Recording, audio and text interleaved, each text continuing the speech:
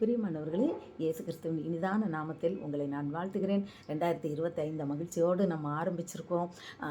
ஆண்டவரை இந்த வருடத்தில் நன்மைகளை நான் பெற்றுக்கொள்ளும்படியாய் நேற்று இன்னும் அப்படின்ற தலைப்பில் ஒரு வீடியோ போட்டிருந்தேன். அநேக அது சந்தோஷமாக அதை பார்த்துருக்குறீங்க. எனக்கு ரொம்ப ஹாப்பியாக இருக்குது. இன்னும் அப்படின்னு இன்னைக்கு இனிமேலும் அப்படின்ற தலைப்பில் இந்த வீடியோவை நான் கொண்டு வந்திருக்கிறேன். இனிமேலும் என்ன, இம்மட்டும் நம்மளை நடத்தின தேவன் இனிமேலும் நம்மளை நடத்திடுவார். போன வருஷம்லாம் பார்த்தீங்கன்னா நம்ம ஆண்டவர் எப்படியாப்பட்டவர் தெரியுமா? இதுவரைக்கும் நீங்கள் நினச்சி பாருங்களேன், நீங்கள் நினச்சி பாருங்கள், என்னென்ன நம்ம வாழ்க்கையில் அவர் நன்மை செஞ்சுருக்கிறாருன்றத ஒன்று ஒன்றாக நீங்கள் நினச்சி பாருங்கள். அவர் நம்ம எல்லா ஜெபத்துக்கும் பதில் கொடுத்தார். நம்ம ஜெபிக்க மறந்த காரியங்களுக்கும் அவர் பதில் கொடுத்தார். அல்லேலூயா. உண்மை, நம்ம சில காரியங்கள் ஜெபிச்சிருக்க மாட்டோம், மறந்துருப்போம். அதற்கும் கூட அவர் பதில் கொடுத்தார். அப்படியாப்பட்ட தேவன் நம் தேவன். இஸ்ரவேலை ஆசீர்வதிப்பதே மிகவும் பிரியம். அவருக்கு நம்மளை பிளஸ் பண்ணுறதான் ரொம்ப பிடிக்கும். அதனால் இன்னும் இது நாள் வரையிலும் நம் தேவன் எப்படி இருந்தார்னா, யெகோவா ஈராக இருந்தார்.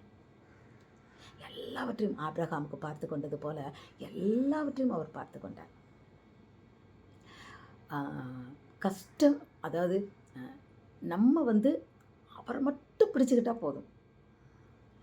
அவரே மட்டும் நடத்தின தேவன் இனிமேலும் அவரே நடத்துவார். அவரே பார்த்துக்கிடுவார் எல்லா வேலையும். உங்கள் பிள்ளைங்க கல்யாணமா, உங்கள் பிள்ளைங்க படிப்பு காரியமா, வீடு கட்டணுமா, எந்த காரியமாக இருந்தாலும் ஆண்டவர் கரத்தில் ஒப்பு கொடுத்துட்டு நம்ம என்ன செய்யணும்? அவரை நம்ம நம்பி விசுவாசித்து அவரை தேடினால் போதும். வேதம் வாசித்து அவருடைய சத்தியத்தை சத்தியத்தின்படி நம் வாழ்க்கையை மாற்றி நாம் சத்தியத்திற்கு நம்மளை ஒப்பு கொடுத்தா அது போதும். அவர் பார்த்துப்பார். நம்ம பார்க்க வேண்டிய அவசியம் இல்லை. எல்லாவற்றையும் அதன் காலத்தில் கர்த்தர் நேர்த்தியாய் செய்கிற தேவன். இந்த வருடம் கூட கர்த்தர் நிறைய காரியங்களை அவர் நம் வாழ்க்கையில் நேர்த்தியாய் செய்ய போகிறார். அல்லேலூயா. ரெண்டாவது, இவ்வளோ நாள் நம்மளை நடத்தி நிறைய இருளான பாதையில் நடந்து வந்திருப்போம். கண்ணீரின் பாதையில் இது வரைக்கும் நடந்து வந்திருப்போம். மரணத்தின் விளிம்பு வரைக்கும் கூட நம்ம போயிருப்போம். நம்மளை ஆண்டவர் பாதுகாக்கலையா? நம்மளை நடத்தலையா? இன்னைக்கு ஜீவனோடு வைக்கலையா? இனிமேலும் அவர் நம்மை அப்படியே பாதுகாக்கிறார், நம்மை அப்படியே நடத்துகிறார். அவர் யெகோவா ரூவாவாக இருந்து நம்மை வழி நடத்துகிற தேவன். நம்ம அவர் கையை பிடிச்சிக்கிட்டா போதும், அவர் நடத்துவார். அல்லேலூயா. விடாமல் நம்ம அவர் வார்த்தையை பிடிச்சிக்கிட்டா போதும். அதுதான் மெயின். கிறிஸ்தவர்களாகிய நமக்கு எது ரொம்ப ரொம்ப முக்கியம் அப்படின்னு சொன்னால் வார்த்தை. ஏன்னா ஆதியிலே வார்த்தை இருந்தது, அந்த வார்த்தை தான் தேவனாயிற்று. ஆண்டவர் முதல்ல உலகத்தை உண்டாக்குனதே வார்த்தையினால தான் உண்டாக்குனார். இருள் விலக கடவது, வெளிச்சம் உண்டாக கடவது, ஆகாய மண்டலம் ஆகாய விரிவு உண்டாக கடவுதுன்னர். அவர் சொன்னதெல்லாம் வார்த்தையால் தான் சொன்னார். அவர் சொல்ல சொல்ல சொல்ல எல்லாமே நடந்தது. இன்றைக்கும் நமக்கு வார்த்தையை கொடுத்திருக்கிறார். இந்த 1ஆம் தேதி கூட உங்களுக்கு வாக்குத்தத்தம் கொடுத்துருப்பார் கர்த்தர் உங்கள் சபையிலிருந்து. அந்த வாக்குத்தத்தங்கள் தான் கர்த்தர் நமக்கு கொடுத்த பெரிய கிஃப்ட்டு. அதை பிடித்து கொள்வோம். அப்போ இந்த வருஷம் கொடுத்த வாக்குத்தத்தமாக இல்லை, உங்களுக்கு எப்பெல்லாம் அவர் கொடுக்குறாரோ, எத்தனை வருஷத்துக்கு முன்னாடி கொடுத்துருந்தாலும் தாமதித்தாலும் அது நிறைவேறும். அவர் நடத்துகின்ற தேவன். அவர் கையில் ஒப்பு கொடுத்துருங்க. அந்த வார்த்தையை சொல்லிடுங்க, அப்பா இந்த வார்த்தை நீங்கள் கொடுத்தீங்க, நீங்கள் நடத்துவீங்கப்பா. அவர் தாம் வாயினால் சொன்னதை தன் கரங்களினால் நிறைவேற்றுகிற கர்த்தர். நிச்சயமாக நமக்கு வாக்குத்தத்தங்களை நிறைவேற்றுவார், நிறைவேற்றி நம்மை நடத்துவார். அவரிடத்தில் நம்மை ஒப்பு கொடுப்போம். அல்லேலூயா. இன்னும் யெகோவா ஷம்மாவாக இருந்து இனிமேலும் நம் கூட இருப்பார். ஆண்டவர் நம்ம கூட இல்லைன்னு வச்சுக்கிங்களேன், சாத்தான் நம்மளை புரட்டி போட்டு ஒன்றும் இல்லாமல் பண்ணியிருப்பான். பேதுருவை நான் சொலகில் போட்டு புடைக்கிறேன்னு சொன்னான்ல, அதுபோல் எத்தனையோ துன்பங்கள், எத்தனையோ துக்கங்கள், எத்தனையோ வேதனைகள், எத்தனையோ வலிகள், எத்தனையோ போராட்டங்கள், எத்தனையோ நிந்தைகள், எத்தனையோ அவமானங்கள் எல்லாம் வந்தால் கூட அவர் நம்ம கூட இருந்ததுனால எல்லாவற்றிலிருந்து நம்மளை விடுவித்து அவர் நம்ம கூட இருக்கிறதுனால நம்ம இன்றைக்கி ஜீவனோடு இருக்கோம். இன்றைக்கி நம்ம ஆரோக்கியமாக இருக்கோம்.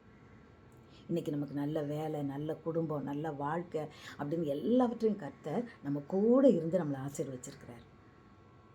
அதனால் அவரை நாம் இனிமேலும் நம்ம கூட இருப்பார். ஹல்லேலூயா.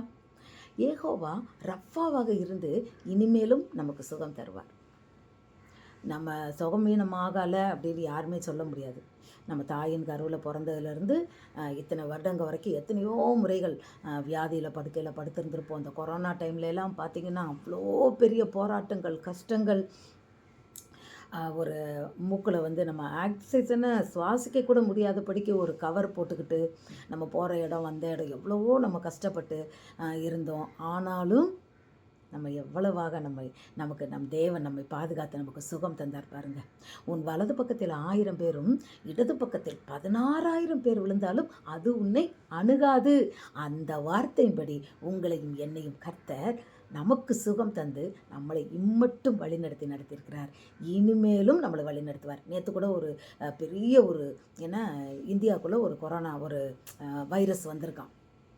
கூகுளில் நியூஸே அதுதான்.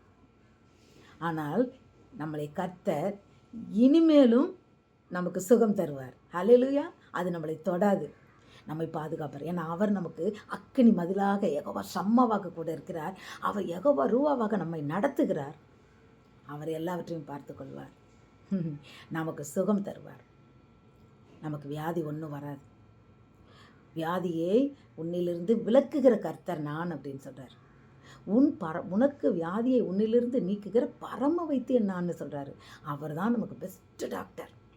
மற்ற டாக்டர்லாம் என்ன சொல்லுவாங்க தெரியுமா? நாங்கள் செஞ்சிட்டோம், இதுக்கு மேலே உங்களோட இது தான் அப்படின்னு சொல்லுவார். உங்கள் தெய்வத்தை வேண்டிக்கிங்க அப்படின்னு சொல்லிடுவார். கடவுள் தான் காப்பாற்றணும்னு சொல்லுவார். அதுதான் கடவுள் சொல்கிறாரு, நான் உங்கள் பரம வைத்தியன்னு. யாரெல்லாம் டாக்டர் கைவிட்டாங்களோ அந்த கேஸெல்லாம் கர்த்தர் ஜீவனை கொடுத்து அவர் பாதுகாக்கிறார். என்ன இவன் செத்து போயிடுவான்னு நினச்சா உயிரோடு வந்துட்டானே அப்படின்னு நினைக்கிறது கடவுள் பாதுகாத்திருக்கிறார். வாதை உன் கூடாரத்தை அணுகாது. இந்த வருடமும் ஆசீர்வாதம் உங்களுக்கு, இனிமேலும் ஆசீர்வாதம் உண்டாகும். யெகோவா ரஃபாவாக இருந்து அவர் நம்மை நடத்துவார். யெகோவா மெக்காதேஸ் அப்படின்னா பரிசுத்தமான தெய்வம். இதுவரை நம்மளை பரிசுத்தப்படுத்தின தேவன் இந்த வருடம் இன்னும் அதிகமாய் நம்மை பரிசுத்தப்படுத்த நம்மை ஒப்பு கொடுப்போமா? நான் பரிசுத்தர், அதனால நீங்களும் பரிசுத்தராக இருங்கள்னு சொல்றார். பரிசுத்தம் இல்லாமல் தேவனை தரிசிக்க முடியாதுன்னு சொல்றார். பரிசுத்தம் இல்லாதபடி பரிசுத்த அலங்காரத்துடனே தேவனை கர்த்தரை தொழுது கொள்ளுங்கள்னு சொல்றார். அப்போ பரிசுத்தம்ன்றது ரொம்ப ரொம்ப அவசியம். அந்த பரிசுத்தத்தை இனிமேலும் நாம் இன்னும் அதிகமாய் நாம் அதில் வளர கர்த்தர் நமக்கு கிருபை தருவார். இந்த ஆண்டிலும் இனிமேலும் நாம் பரிசுத்தமாக ஜீவிப்போம். நம்ம பரிசுத்தத்தை பிசாசு என்னைக்கு குலைச்சி போட முடியாது. நம்ம என்ன பொருத்தனை பண்ணியிருந்தோமோ, நான் இதை செய்ய மாட்டேன், இந்த காரியம் எனக்கு வேண்டாம், நான் அடைகிறேன், இந்த தேவையில்லாத பாவத்தை நான் விட்டுட்டேன்னு சொல்லி நாம் எதையெல்லாம் ஒப்பு கொடுத்தோமோ அதையெல்லாம் இந்த ஆண்டும் நாம் பாதுகாத்து கொள்ளும்படியாய், இனிமேலும் நாம் பரிசுத்தத்தில் வாழும்படியாய் யெகோவா மெக்காதேஸ் நமக்கு உதவி செய்வார். ஆம்பிரியமானவர்களே, சந்தோஷமாக இருங்கள். இன்னும் நேற்று சொன்னது போல், இன்னும் கொஞ்சம் நேற்று வீடியோவில் பார்த்தது போல் இன்னும் கொஞ்சம் நேரம் பைபிள் படிக்கிற டைமை கூட்டுவோம், இன்னும் கொஞ்சம் நேரம் துதியின் நேரத்தை கூட்டுவோம், இன்னும் கொஞ்சம் நேரம் தேவ சமூகத்தில் ஜெபிக்கிற நேரத்தை கூட்டுவோம். கர்த்தர் அற்புதமாய் இந்த ஆண்டை ஆசீர்வாதமாய் இனிமேலும் இம்மட்டும் நம்மளை வழி நடத்தின தேவன், இனிமேலும் அவர் தான் நமக்கு வழி. அவர் தான் நம்மளை கரம் பிடித்து நம்மளை கூட்டிகிட்டு போகிறாரு. நம்ம அவர் பின்னாடி போவோம். அவர் தான் நம்மை மேய்க்கிற மேய்ப்பன். நம்ம அவருடைய ஆடுகள். ஒரு குறை இல்லாமல் அவர் நம்மளை நடத்துவார். இந்த ஆண்டு விசேஷித்த ஆண்டாய் கர்த்தர் ஆசீர்வதிப்பார். விசுவாசித்து தேவனுடைய கருத்தில் நம்ம ஒப்பு கொடுப்போம். God bless you.